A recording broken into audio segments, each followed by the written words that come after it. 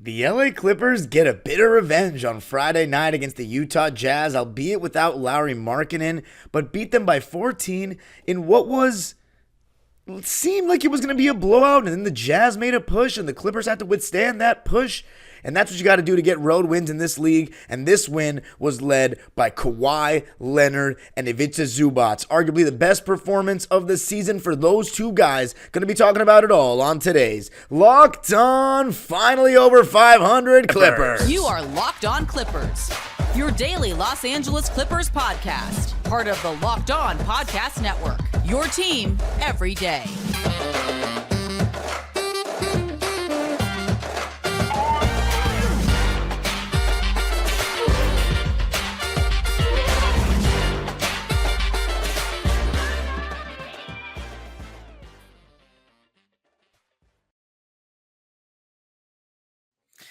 Yes, sir. You are locking in with the Clips. Thank you for making Locked On Clippers the first listen of your day, your team every day. I'm your host, Darian Vaziri, born and raised in LA and in my 19th season as a Clipper fan. You can also follow me on Twitter and Instagram at DimeDropperPod and subscribe to my own YouTube channel, Dime Dropper, where I went live directly after the game on Friday night. And of course, Locked On Clippers, free and available wherever you get your podcasts, including YouTube, where I want you to let me know what you thought of Kawhi Leonard's performance. Give me one word to describe the performances of either Kawhi or Ivica Zubac. But you know what? If you want to type more, go ahead. You know I try my best to read all your comments. And Clipper Nation, I am feeling pretty good after this one. I mean, of course, the win itself, nothing too crazy. You beat a Lauri Markannen-less Jazz team. They're not playing very good basketball right now. But you know going into Utah, as I said last time we played them, is never going to be an easy game. And obviously, without Lauri Markannen, it's not the exact same Utah team that we faced in the second game of the season. But it's also not the same Clipper team that we saw in the second game of the season. Obviously, this is post-James Harden trade. Terrence Mann also didn't play that game. And before I get into the Kawhi guy, this episode is brought to you by PrizePicks. PrizePicks is the best daily fantasy sports platform in North America. The easiest and most exciting way to play daily fantasy sports. It's just you against the numbers. Just go to prizepicks.com/LockedOnNBA and use code LockedOnNBA for a first deposit match up to $100. But yes, let's talk about this one. A 117-103 win for the Clippers. And that makes 3 in a row after the Warriors win and the Denver Nuggets win. That makes 8 out of the last 11, an 8-3 record with James Harden, Terrence Mann, Kawhi, Paul, and Zu starting together and Russell Westbrook being moved to the bench. And now we are finally 8-8 with James Harden. So that's good. Finally 500 with the guy. And slowly, as we get over 500, the pro-Harden crowd in the front office will be somewhat vindicated as we ascend over 500 with James Harden.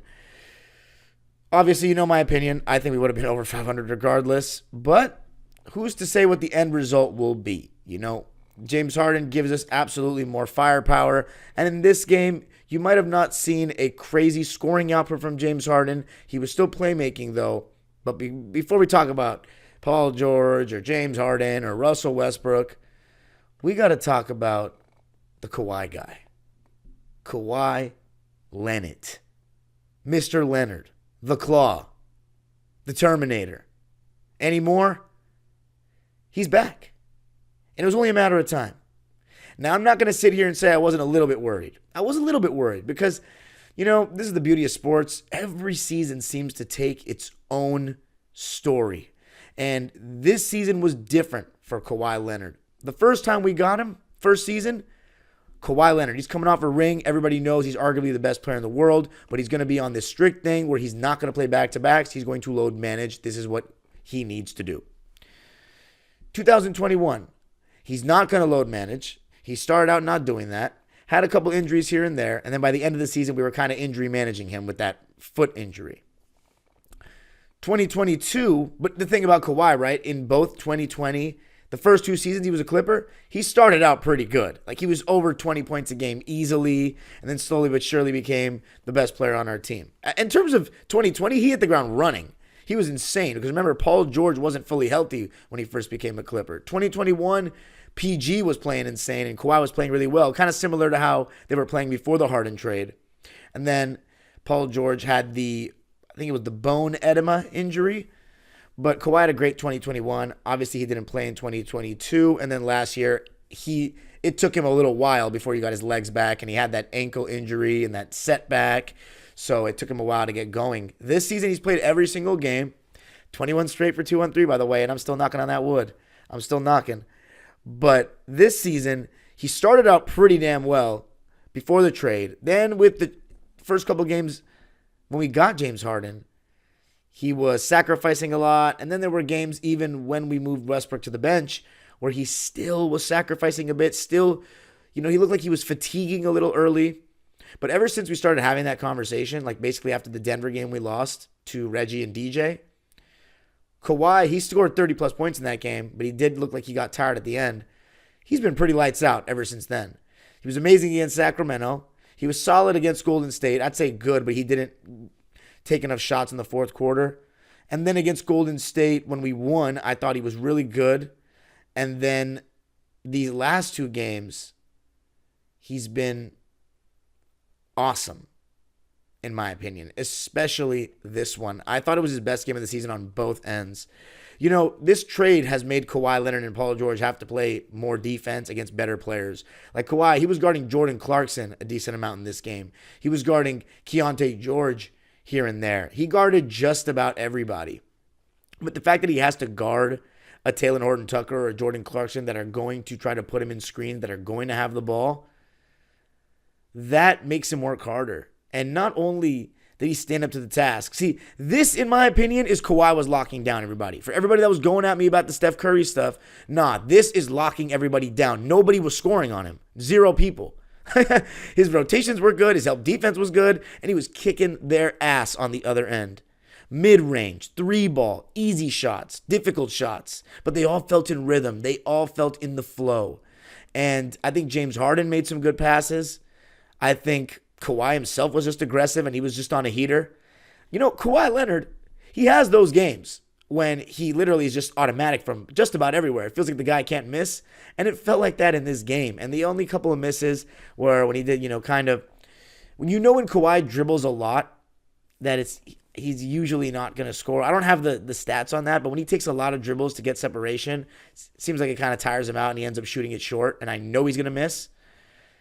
That might apply to everyone, though, taking less dribbles. And James Harden definitely not, though, in his prime. He could take 100 dribbles and he would still have the same chance of making it to me.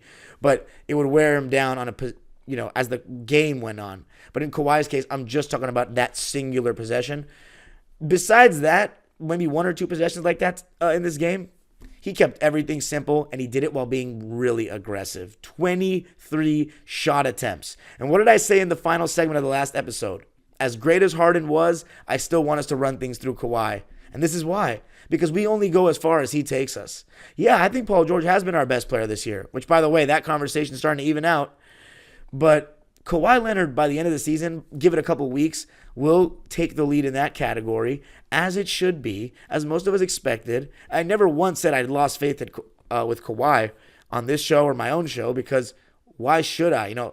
I had defended my boy All Ball in the Sunday show I do. He was saying, Kawhi's done, I'm over him and all this. And I'm like, you just got to be patient, because if this guy's healthy in the playoffs, we don't ever really critique, besides the bubble, yeah, he underperformed, as did everyone.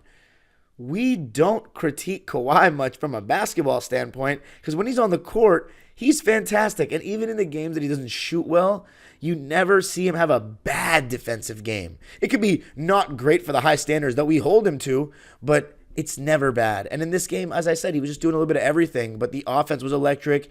That running hook he's got going to his right, it's coming along pretty nicely this season. And then he took 1 floater in the last game off 1 leg, and I call him out because, not call him out in a negative way, but I say on the show that we have our stars, besides Harden, they don't shoot floaters. Kawhi shoots him off 2 feet, though, like that jump stop, one-handed push. But that running hook, that's something that he seems to have been incorporating more of it this season. Three ball, he was 6 for 8. From the field, he was 14 for 23. He had 41 points, 5 rebounds, 5 assists, and a block. He was 7 for 7 from the line in 38 minutes of play, which is a lot. No Daniel Tyson this one, missing the game with an illness. But does it get much better? Like, as a Clipper fan, we have to be feeling good because now, if he can stay healthy, you're starting to see Kawhi that's going to slowly but surely, hopefully, creep into that top 10 in the league conversation. And you know what he has that the Anthony Edwards, the Tyrese Halliburtons, the De'Aaron Foxes, SGA, you know what he has that these guys don't have? That everybody's, because these guys are rightfully getting praised right now. SGA, Fox, Halliburton. I should mention more West guys because that's all that matters in our case. He has championship pedigree, championship experience. He's been there, done that at the highest level. I love Shai Gilgeous-Alexander. We drafted him. But he's never been in a 7-game series as the lead guy that a team is scheming for an entire course of a series. Does that mean I think he's going to fall on his face this year when he plays in a series? Absolutely not. But when you haven't seen that, that's a different level. Kawhi Leonard has seen that. You know, the Suns, the Lakers, the Clippers, the Warriors, and the Nuggets, they're the teams that have really seen that. The Minnesota Timberwolves, they're doing amazing right now. They have not really been in that. They've never even won a series since Garnett was there. OKC, same kind of deal. Houston Rockets, if they make the playoffs, same kind of deal. Even Sacramento, they haven't been past the first round in over 2 decades. Maybe 2 decades. 2004, maybe? I think it's 2004. But yeah, Kawhi Leonard, he's coming. He's coming. Coming up, though, going to be talking about the performance of one Ivica Zubac. And some folks owe him an apology. Going to be talking about that coming up. I got to tell you a little something about Prize Picks.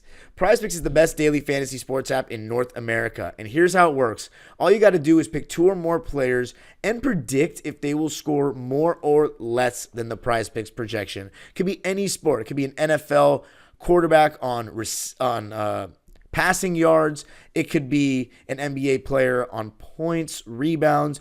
And nowadays, you can even combine the 2 sports with the Specials League, a league created specifically for combo projections that includes 2 or more players from different sports or leagues. For example, you can take Kawhi, more points, and then Puka Nacua touchdowns. Something like that. PrizePicks even offers a reboot policy so that your entries stay in play even if one of your players gets hurt in either sport, which is an amazing deal. If anyone's played fantasy basketball or fantasy football, you don't always get that option. In fact, you never do. Just go to prizepicks.com/LockedOnNBA and use code LockedOnNBA for a first deposit match up to $100. Again, that's prizepicks.com/LockedOnNBA and use code LockedOnNBA for a first deposit match up to $100. Prize Picks, daily fantasy sports made easy. All right, so the LA Clippers winning their 3rd game in a row. That's their second 3-game winning streak with James Harden on the team and in the starting lineup. We are 8-3 since the move was made. 8-8 with James Harden. And now officially 11-10 on the season. Over 500 for the first time since we were 3-2 after that loss to the Lakers right before James Harden made his debut. So it feels good to be back over 500. We're just a couple of games behind the 3 seed. Everybody's taking L's right now. This West has the most parity that I've seen in my lifetime. So teams are beating each other up.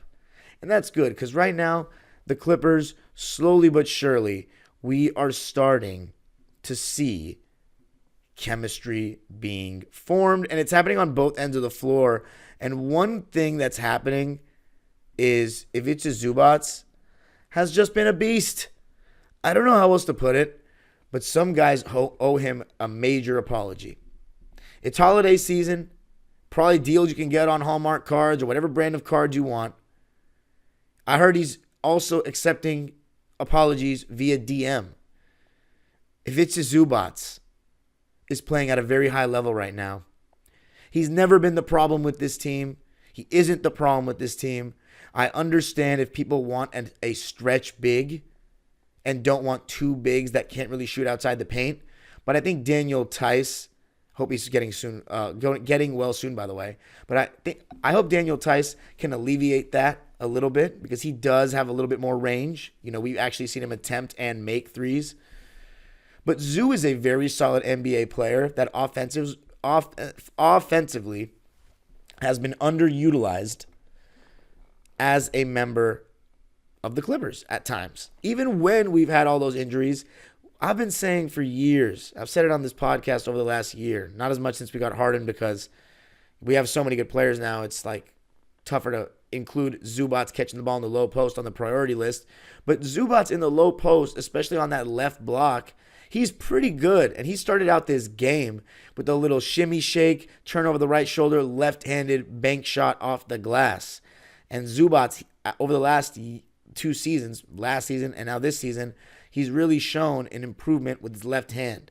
And that makes my case even stronger to get some low post touches. But I get it. Now that you have Harden, Westbrook, Kawhi, and Paul George, you're not really going to be doing that. But I think we should absolutely look for him when he's got a mismatch, at least.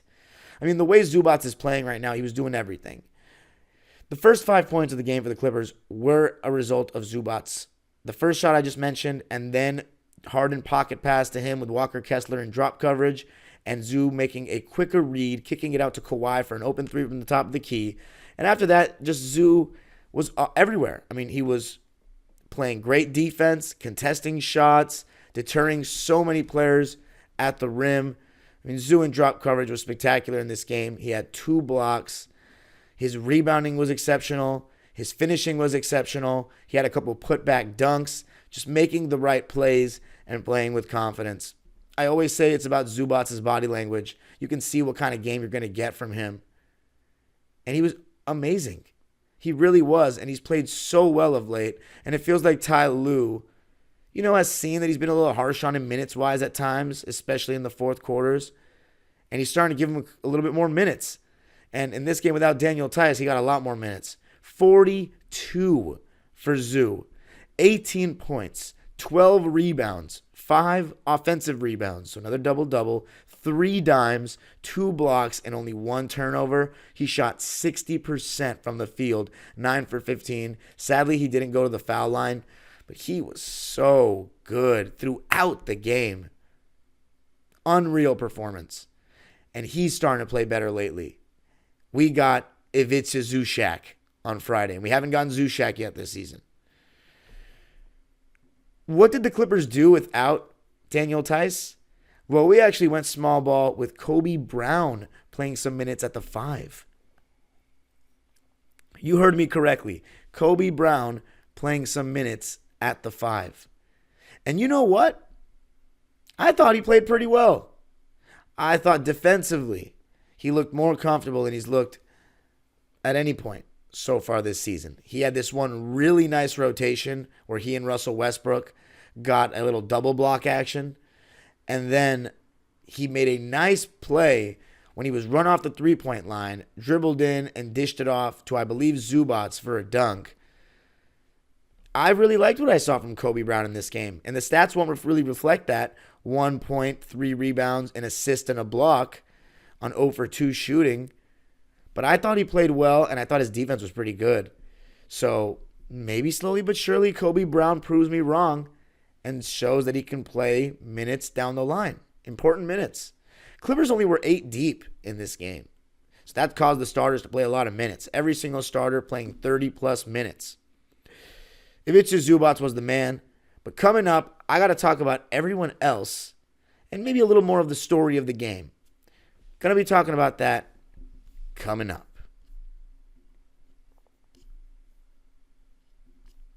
I got to tell you a little something about Jace Medical. I know we come to sports to escape from some of the crazy realities of real life, but can we just talk for a minute about preparing for real life? According to the FDA, pharmacies are running out of antibiotics like amoxicillin right in the middle of the worst flu season in over a decade. This is scary. I can't imagine a more helpless feeling than if my mom or one of my aunts or uncles got sick while a supply chain issue kept them from the life-saving medication they needed. Thankfully, we'll be okay because of Jace Medical. The Jace case is a pack of 5 different antibiotics to treat a long list of bacterial illnesses, including UTIs, respiratory infections, sinusitis, skin infections, among others. This stuff could happen to any of us. Visit jacemedical.com and complete your physician encounter. It will be reviewed by a board-certified physician, and your medications will be dispensed by a licensed pharmacy at a fraction of the regular cost. It's never been more important to be prepared than today. Go to jacemedical.com and use offer code LOCKEDON to get $20 off your order. All right. So the story of this game, I thought the Clippers came out strong, led after 132-26. You saw the normal kind of substitution pattern that we've seen lately with Westbrook coming in midway through the first quarter. And I thought Russ gave us the good and the bad, but mostly good in this game despite being 2 for 7 from the field and had the most turnovers on the team with 3. I thought he gave really good energy, and it seems like that's what Russ's role is becoming. Unfortunately, he's getting less than 20 minutes, which sucks because I think he definitely is good enough to play more, but you don't want to have him and Harden on the court together. And we actually did have them on the court together to start the fourth, and not like it was directly because of that, but it wasn't a good stretch of play for the Clippers. It wasn't. The Jazz were starting to make a run. So there's no data right now, and the eye test just doesn't support that those two playing together is a good thing. And it sucks because you've chosen for Harden to start. That means Russ is getting spot minutes. But not spot minutes. He's just getting a steady diet of like 15 to 20 minutes. And that's unfortunate for the Russ fans. That's unfortunate for Russ himself. I'm not going to complain when we're winning, but I definitely feel for the guy. Because the thing is, playing alongside Kawhi and Paul George makes Harden and Russ look better just as much as they create open shots for Kawhi and Paul. And Russ in this game, he came in, made some big defensive plays, got a couple of blocks, had that interception on an inbounds, hit a corner 3, and then had a really nice one-handed bounce pass to Kawhi, a little Showtime action. So some good stuff from Russ, a couple of mistakes, a couple of bad passes. Like there was one where in the first half, not even a bad pass, but another no-pass possession. Those never seem to end well when Russ doesn't pass the ball in a possession and just tries to ISO right away. I'm not talking about in transition. I'm talking about in a half court. He turned the ball over. But overall, I liked what I saw from Russ. Gave us good energy. 5 points, 5 rebounds, 2 assists, 1 steal, and 2 blocks. There were times where he was guarding point of attack, and I was like, he looks like he's not in a stance, not really trailing the screen well enough. And then he'd come out of nowhere and recover and block from behind because of his nuclear athleticism. Just amazing the way sometimes I think he's out of the play. I'm thinking he's out, like against Phoenix last year. And then out of nowhere, he'll catch the jump shooter from behind with the block. Let's talk about Paul George. He got into foul trouble with 2 early fouls in that first quarter. And that limited his minutes in the first half. But in the first half, he was only 1 for 4. But the one thing I liked was that he didn't let that affect his defensive effort. Yeah, he got beat here and there. Same with Terrence Mann. But overall, he had a really good defensive game, especially in the passing lanes and also in help, making good plays on the ball, showing and being active with his hands. And he was rewarded with 6 steals in this game. 6 steals. And as the game went on, we got the ball to P in more, elbow areas, mid-range areas, and he was hitting. He was hitting, and he ended up having actually a very efficient game. 7 for 9 in the second half. He finished 8 for 13, 2 for 5 from 3. Only got to the line 3 times, which is unfortunate, and only made 2 of them, which is also unfortunate. But 20 points, 3 rebounds, 2 assists, 6 steals, and a block. Only 1 turnover. He was a plus 14 in 37 minutes. He shot very well from the field. He played good defense. And I like the shot attempts in the end. 13. Zu shot more than him, which is not actually a terrible thing because Zu's getting high percentage shots. But 13 shots is not horrendous, especially when the right guy is getting the most shots. So I'll take that performance from Paul George. Absolutely. Having 2-1-3 each score over 20 is awesome. You want him to score about, I want to say 55 or more points a game. I think that's like the target. 50, even 50. Let's go with 50. 50 plus points a game. And I think that's achievable. I think the distribution and getting that right is all it's going to take. And I think we're starting to figure that out. The Clippers in the second quarter were really good as well. The Jazz obviously didn't have Lauri Markannen, so they weren't going to be as tough to guard. But the Clippers' defensive effort has been really good this season, honestly, from everybody. I mean, I was thinking about it when I looked at some graphic today that showed that the Clippers' defense is really trending upwards. Even though we lost some really solid defensive personnel in the trade, you look at the rotation we're playing right now without Mason Plumlee and Bones Highland. And we really only have 2 below-average defenders, and that's James Harden and Norman Powell. And those two have actually still been at least playing with effort. There was a stretch in this game, though. I thought Harden's effort in the first half defensively was good. But in the third quarter, the Jazz were starting to realize we should go at James Harden, and they were putting him in the pick and roll a lot, and they got a couple really good shots.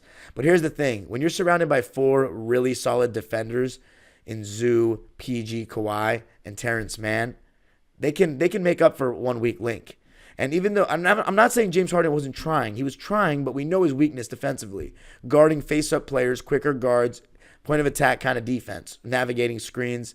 But having Zubac block so many shots. And it wasn't just James Harden that Zu was bailing out. Zu bailed out a lot of guys defensively. Not to say that our point of attack defense was bad in this game, but there's going to be times where you get beat.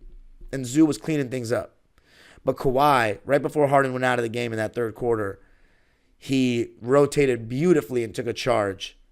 And that was huge. So the Jazz were trying to go at Harden. They were getting some good things out of it. But overall, I thought Harden, even though he did not shoot well, 2 for 8 in the game, 2 for 6 from 3, he got to the line 7 times, made 6 of them. And I thought that he played smart and still created good shots. And his defensive effort was not bad. So I think he played pretty well. He almost had a triple-double too. 12 points, 7 rebounds, 8 assists, and a block, 2 turnovers. So he was 4 for 1 assist to turnover ratio. I'll take that. In 34 minutes of play. And he was tied for the highest plus-minus of any player in the game with plus 18. Kawhi Leonard was the other guy with plus 18. So solid game for Harden. Terrence Mann. He had one of his better games of the season for me. Really good defense one-on-one and at the point of attack with Clarkson. Clarkson, who really burned us last game without Terrence, of course, hit that fall-away 3 to win the game. He was held to 2 for 9 shooting from the field and 0 for 3 from deep. And that was everybody guarding him. Paul George, who played some really good defense late, Kawhi Leonard, Terrence Mann. But Terrence Mann took the brunt of Jordan Clarkson. And there was one possession in the second half where he was fighting over a screen. He recovered beautifully as Clarkson was trying to create space, and he didn't fall for the pump fake. And Terrence has been pretty undisciplined at times this year, falling for fakes. He stayed down. It almost made me get out of my couch, but Keontae George ended up making a buzzer beater with one leg floater to beat the shot clock on that one. But just really solid effort from Terrence Mann, and the biggest sign of, one of the biggest positive things we can take from this game, 2 for 5 from 3. Yeah. We'll take that. 1 in the corner, 1 from the wing, and he had a couple of other buckets as well. He finished 4 for 9 from the field with 10 points, 4 rebounds. One of those was an offensive rebound that led to a Clipper bucket. 1 steal and 1 block in 30 minutes of play. You got to love it. I hope Terrence can still continue to be aggressive shooting the 3 ball, and that percentage will start to come around like what we knew in the past. Just got to keep shooting, and hopefully this game gives him some confidence. The Clippers win it 117-103. How about it, man? 8-3 since the new starting lineup. I said the second we did that changed the complete trajectory of this team. I thought, I didn't think that Russell Westbrook was going to be willing to do this. And we'll see how long it lasts if he's going to continue to stay positive in this role. So many fans on Twitter complaining that are Russ fans that are like they want to just see him play more. But look, you want to see him just play more and put up stats on a weak team? We've seen that a lot throughout Russ's career. I don't think that's going to prove anything to anyone. What he's doing right now is showing a lot of character, a lot of sacrifice, and it's tough because he wasn't playing badly to have this happen. He's being a true professional right now, and he realizes this is a great chance at a championship. Oof. It's crazy what one change can do. And it's not an indictment on Russ. It's just separating Russ and Harden to get the most out of both of them. And that, in turn, has gotten the better out of Kawhi and Paul. So right now, the Clippers are trending upwards. No doubt about it. Nikola Jokic just had another tough game on Friday night, and the Nuggets lost again. So they're starting to show chinks in the armor. Uh-oh. Clippers super team? Starting to show things? It is a super team. I don't want to hear any negotiations there. I'm having that conversation a lot. People really get sensitive with that word. But by any definition, this is. And by the way, if you don't think it is because you don't think Harden and Russell Westbrook are stars or whatever anymore, fine. They might not make the all-star team. But if you're telling me they don't have the aura of stars and they don't have star-like performances, in the case of Harden, just averaged 20 and 11, and he's playing really well right now, I disagree. I disagree. Whenever you have the conversation about there's only one ball, that's always super teams. That's always a lot of stars. And even though it may not be the most seamless four guys you'd put together, two guys that are similar in their functions, and then two other guys that are similar in their functions, even though they're very different as players, Westbrook and Harden, but they both like to have the ball in their hands, be the playmaker, be the lead guard. And Kawhi and Paul, 3-level scorers, not great at passing, but good at it. Awesome scorers, two-way players. It's an interesting mix, but it absolutely is. It feels like the first super team in my life, Clippers. And you know what? The chemistry is starting to come through, and I like that we're still keeping a defensive identity. It's just a big shout out to Kawhi, Paul, and Zu more than anyone for me. Terrence as well. But Kawhi, Paul, and Zu, they're playing really well defensively right now. I just hope they can keep it up for the course of a whole season. Zubac, I have no doubt. Kawhi and Paul George, that's a lot of responsibility. They're playing heavy minutes, guarding a lot, and scoring. But I will say having Harden and Westbrook, it alleviates the offensive duties, which is good. But we still are asking a lot of them at the same time, especially Kawhi as the season goes. But anyway, having a little winning streak like this, we got Portland next. We could really make it 4 in a row. That would be 9-3 since we made the move. Let's do it. I'll be in the building. You can let me know what you think in the comments. Locked On Clippers, we're almost at 4,000 subscribers. Make sure you subscribe, hit the notification bell, tell all the Clipper fans you know. Let's get it going, guys. Let's surpass some of these fan bases with subscribers. Clipper Nation, we roll deep. Deeper than people think. You can follow me on Twitter and Instagram at DimeDropperPod. Subscribe to my own YouTube channel, Dime Dropper, for even more LA Clipper, LA sports, and NBA content. The age-old proverb continues as the Clippers win it 117-103. Go Clippers. Have a great weekend, Clipper Nation.